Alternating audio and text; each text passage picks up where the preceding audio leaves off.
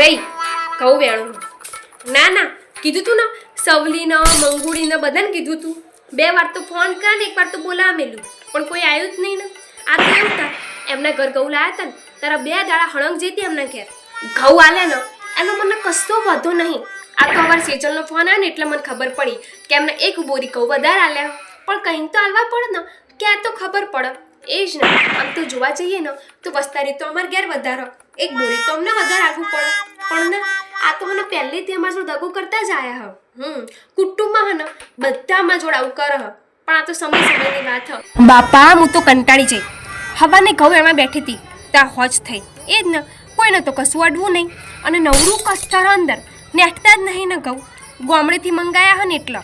મેં તો ના પાડી ત્યાં પપ્પાને પણ એ મંડી પડ્યા હતા એ ગામડેથી લાવવા હા ઘઉં એ જ ને ભાવ તો એનો એ થયો પણ નવરું કસ્તર આવ્યું હ પણ આપણી વાત તો ચો કોઈ મોન જ છે ભેંસ આગળ ભાગવત જેવું હા હતું